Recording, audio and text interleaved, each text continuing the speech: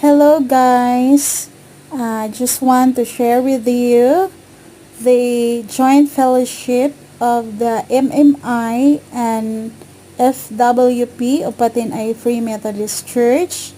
It's a 2-day celebration where the nanay and tatays went to Talaingod Mountain Ridge View Resort, and it was a very fun-filled experience with a beautiful view of nature.